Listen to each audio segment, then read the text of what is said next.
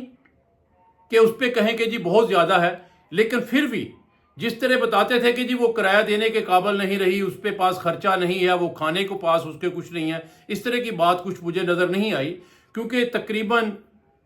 جو فگر انہوں نے بینک نے بتایا ہے وہ ہے 3,98,000 روپے، یعنی 4 لاکھ روپے سے 2,000 روپے کم ہے۔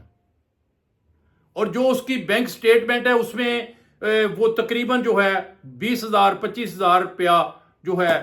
وہ نکالتی تھی، اور پھر ظاہر جیسے آتے تھے جمع کروا دیتی تھی، تو اتنا زیادہ شاید اس کا خرچہ نہیں تھا۔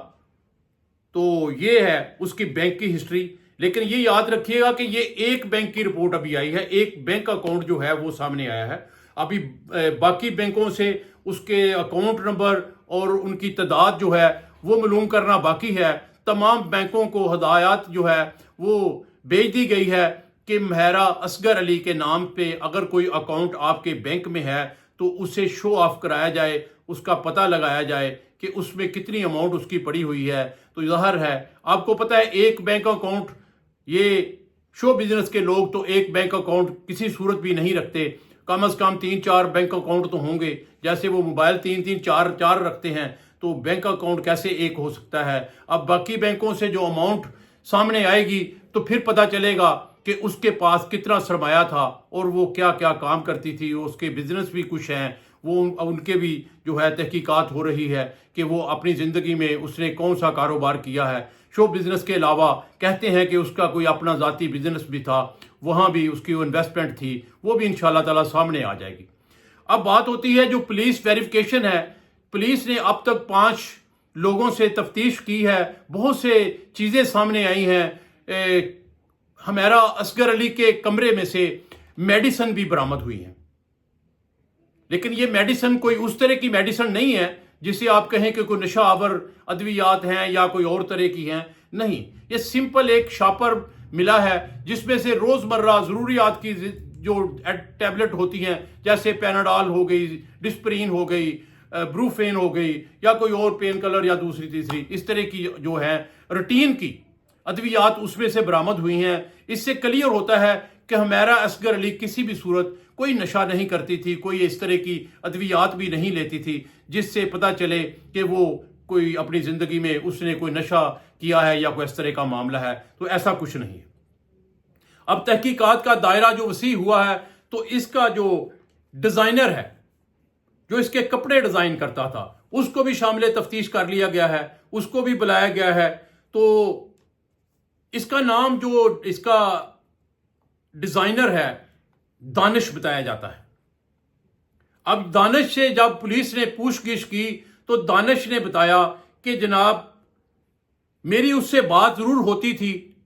معاملات جو بھی ہوتے تھے اس پہ ڈسکس کرنے کے لیے، ڈیزائن کی ویریفیکیشن کرنے کے لیے میں اس سے معاملات جو ہیں وہ ڈسکس کرتا رہتا تھا، لیکن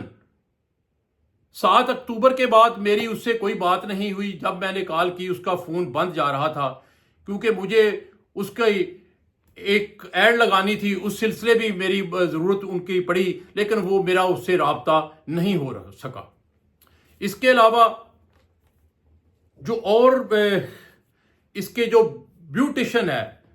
جو اس کا بیوٹی پارلر ہے جو جس سے یہ کام کرواتی تھی،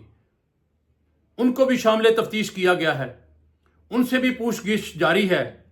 ان سے بھی پوچھا جا رہا ہے کہ یہ آپ کے پاس لاسٹ ٹائم کب آئی، کیا کیسے یہ مطلب میک اپ کرواتی تھی، کس طرح کے معاملات تھے، کیا تھی، کیا ایکٹیویٹی تھی اس کی، کوئی معاملات کو اس طرح کے۔ کہنے کا مطلب یہ ہے کہ ہر بات جو ہے جو تو لوگ ان کے تعلق میں تھے، ان کے رابطے میں تھے، ان سے تحقیقات ہو رہی ہے کہ کسی طرح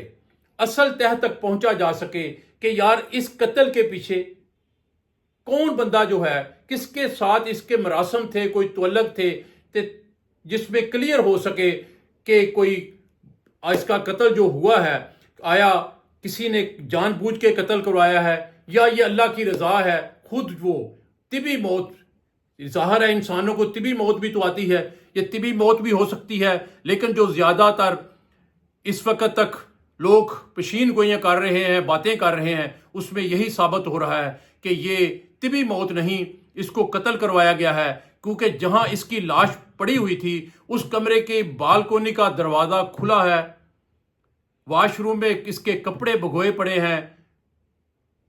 اس طرح کے معاملات ہیں۔ یہ اپنے بیڈ روم سے اس کی لاش نہیں ملی، دوسرے کمرے سے ملی ہے، تو اس میں کچھ شک و شبہات جو ہیں وہ سامنے آ رہے ہیں۔ جیسے جیسے کوئی نئی تحقیق ہوگی، نئی بات سامنے آئے گی، انشاءاللہ تعالیٰ آپ کو انفارمیشن دیتے رہیں گے۔ تو ہمیشہ کی طرح آپ دوستوں سے وہی ریکویسٹ ہے کہ پلیز میرے چینل کو سبسکرائب کریں، ویڈیو کو پورا دیکھا کریں، لائک کریں، شیئر کریں اور کمنٹ ضرور کیا کریں، کیونکہ دوسرے دوست جو ہیں آپ کے، ان کے ساتھ شیئر کریں تاکہ ان کو بھی اصل حقائق جو ہیں وہ سامنے آ سکے، ان کو بھی اصل حقائق تک جو رسائی ہو سکے، ان کو بھی پتہ چل سکے کہ حمیرہ اصغر علی کا قتل ہوا ہے یا کیا ہوا ہے۔ تو کل تک کے لیے اجازت، کل پھر انشاءاللہ تعالی نئی ویڈیو کے ساتھ حاضر ہوں گا۔ اللہ حافظ۔